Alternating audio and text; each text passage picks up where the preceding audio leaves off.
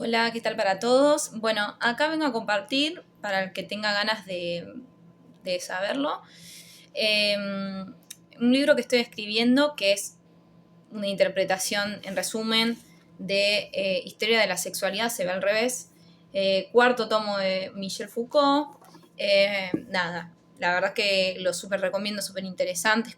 En resumen, va haciendo un recorrido histórico de cómo se va desenvolviendo en la cultura, eh, la sexualidad, cómo se fueron configurando discursos de poder, ¿sí? Para instaurar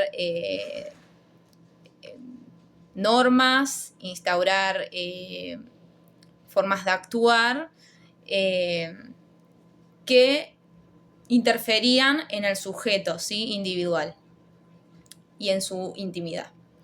Bueno, yo voy a empezar y terminar leyendo la primera parte de mi interpretación y de mi opinión, y además información que investigué para sumarle a este libro tan bueno de Foucault.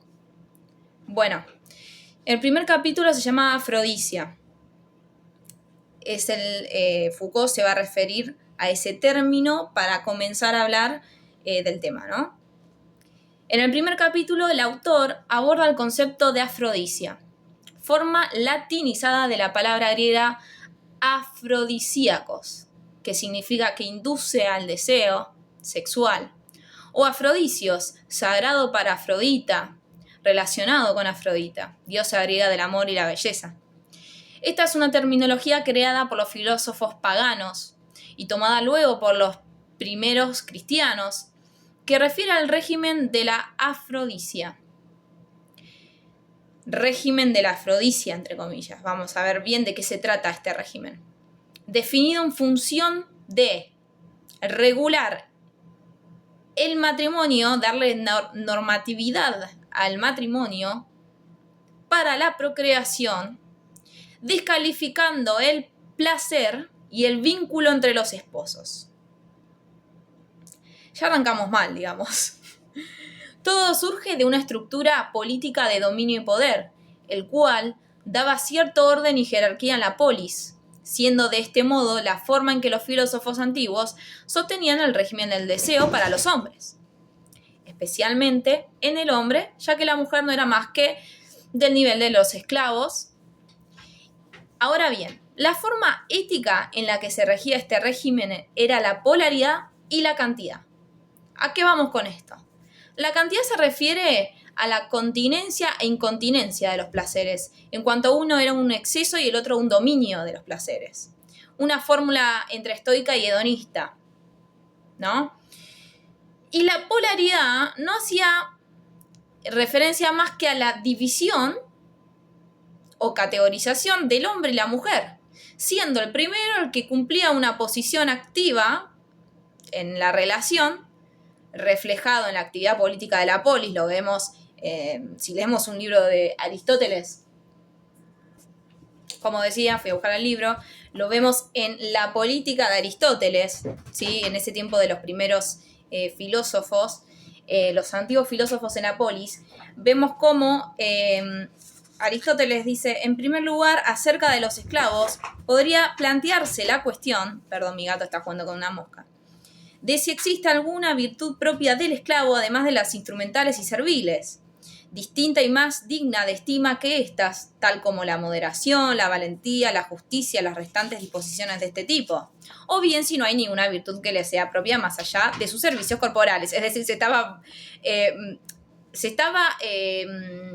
discutiendo la dignidad de un ser humano, esclavo en este caso, ¿no? Si sirve solamente como esclavo o para algo más. De cualquiera de las dos maneras que sea, surge efectivamente aquí una aporía. O bien hay virtud, y entonces, ¿en quién se distinguen los esclavos de los hombres libres? Claro, estaban la polis, los hombres libres, esclavos y mujeres. O bien no la hay, y entonces es absurdo, puesto que son humanos y participan de la razón, es decir, no son humanos. no tienen virtud, no son humanos, no son dignos. Pero si participan de la virtud, entonces sí, son hombres libres. Pero aquí las cuestiones que indagamos coinciden y sucede aquí lo mismo que con la mujer y los hijos. ¿Tienen también estos virtudes que les son propios? ¿Debe la mujer ser moderada, valiente y justa? ¿Es posible que el niño sea a la vez intemperante y moderado o no? Bueno, entonces acá tenemos un ejemplo que encontré así, la agarré recién y dije, bueno, a ver, voy a encontrar alguna cita o algo que pueda dejar entrever cómo se manejaban en la polis, ¿no? El mismo Aristóteles. Entonces decíamos, para volver, disculpen, me fui tanto, entonces decíamos, estaba regido por la forma ética en la que se regía el régimen, era la polaridad y la cantidad. Cantidad en cuanto a continencia de los placeres o moderación, dominio. Acá, en cuanto al dominio, vemos mucho esta filosofía estoica de ser señor de uno mismo, ¿sí? No dejarse dominar por las pasiones. Y la polaridad no hacía más referencia que la división del hombre y la mujer, bueno, el hombre siendo como la posición activa en esta relación, siendo el que los hombres libres, el hombre cumplía políticamente el rol en la polis como hombre libre y la mujer un rol pasivo. Ya vimos un rol mucho menos que pasivo, un rol inhumano, digamos, el mismo que el esclavo. Como decíamos, el estoicismo era gran parte de esta regulación de los placeres, en la indiferencia de las pasiones para su control y señorío, estado de ataraxia. Y es así como los teólogos cristianos tomaron todo el bagaje de la filosofía antigua para continuar con este pensamiento. Y, en defensa de las críticas, Atenágoras, un padre de la iglesia, un monje, en discusión con los textos de Marco Aurelio, concluyó que su fe expandía y completaba su filosofía, la estoica, dándole la creencia y certeza de una promesa eterna, impulso y mayor dedicación para el control de sus pasiones. ¿Sí? Es decir, Atenágoras se defiende del estoicismo, digamos, de las críticas del estoicismo para decir, el cristianismo expande tu filosofía. El cristianismo le da más sentido al estoicismo, ¿sí?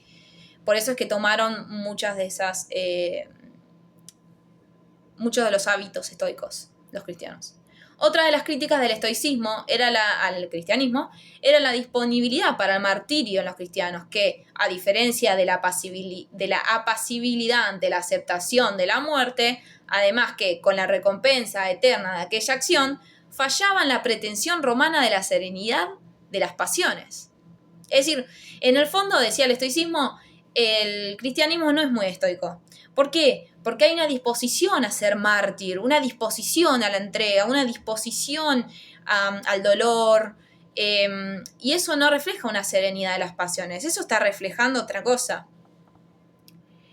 Ahora voy a leer un apartado que hice que no necesariamente en el libro que estoy escribiendo va a seguir o va a continuar al capítulo de la afrodisia, sino que, bueno, se me ocurrió hacer este apartado y luego terminar de completarlo, ¿no?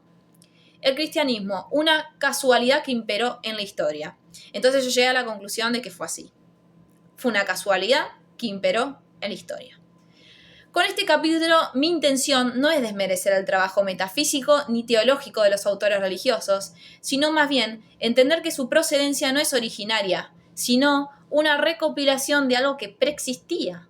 Como bien mencionamos anteriormente, todo el sistema de jerarquías, de dominios, calificaciones entre varón y mujer, entre amo y esclavo, es más antiguo que la existencia de la civilización. El ser humano, cuando ve otro individuo, se convierte en sujeto de dominio o sumisión. Alguna de las dos debe elegir. Se convierte en material o en procesador, en términos actuales, ¿no? A lo que me refiero con todo esto, las prácticas se han perpetuado desde el principio y se convirtieron luego en un sistema de pensamiento para asegurarse de que no cambiaran y no tuviera en peligro la posición de unos. ya sabemos la posición de quién, ¿no? Del que toma ventaja de todo esto, ¿no? Del esclavo. La filosofía platónica, o de la mujer. La filosofía platónica luego dio mucho sustento en el dogma cristiano para asegurar la jerarquía de lo real y el bien por sobre lo material. La filosofía aristotélica, por otro lado, aseguró un camino al no encontrar la salida en la regresión al infinito en el primer motor inmóvil, luego llamado Dios. Es decir, no solamente hay influencia estoica en el cristianismo, sino que sumamente platónica. Uno lee a Platón y dice, estoy leyendo el cristianismo. Y Aristóteles, bueno, no, ni hablar, pero vamos a empezar con Platón. Platón, al asegurar que hay un mundo aparte del material y que encima tiene una jerarquía mayor, que es real, es lo único real, y que lo material solamente es una copia barata de lo real, que está allá arriba con el mundo de las ideas, la idea del bien, y luego hay bien en el mundo material, la idea de mesa, y luego tenemos la mesa como copia de la mesa real, inmaterial, una, verdadera, tiene mucho de cristiano, ¿no?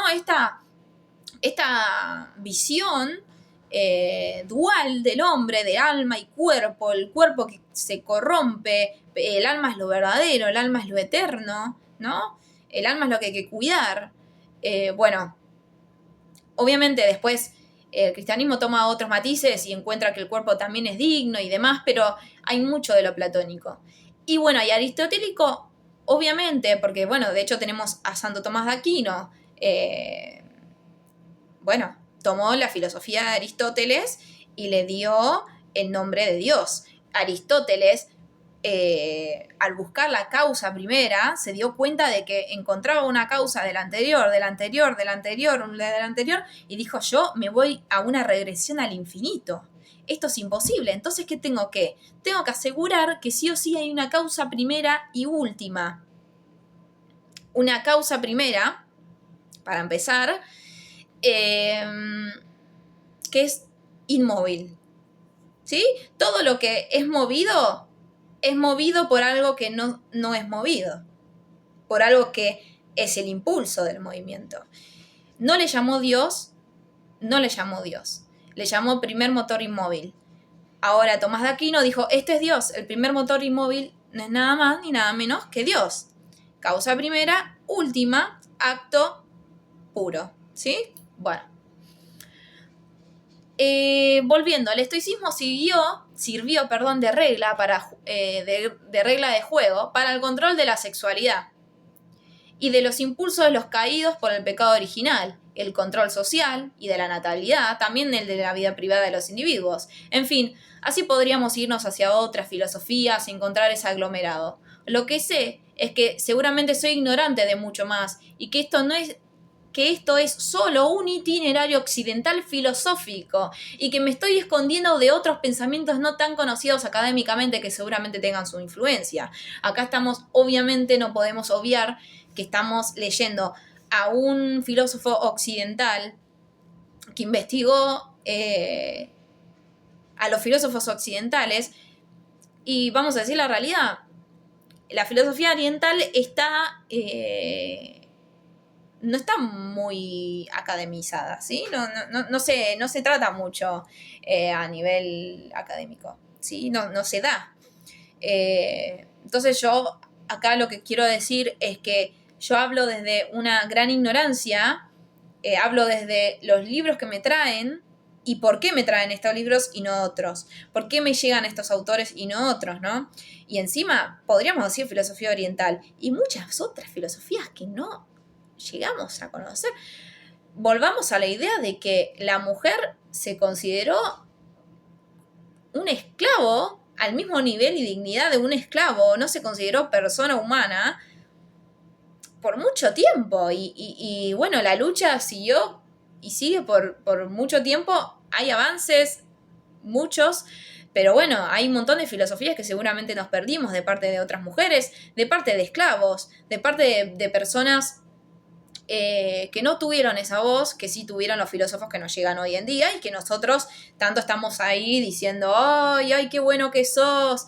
Entonces, bueno, es un poco el inicio del libro que yo quiero escribir. Espero que les haya gustado, que les haya interesado, que se haya entendido, yo me haya explicado bien. Y bueno, seguiré subiendo estos videos a medida que vaya avanzando con este libro. Muchas gracias.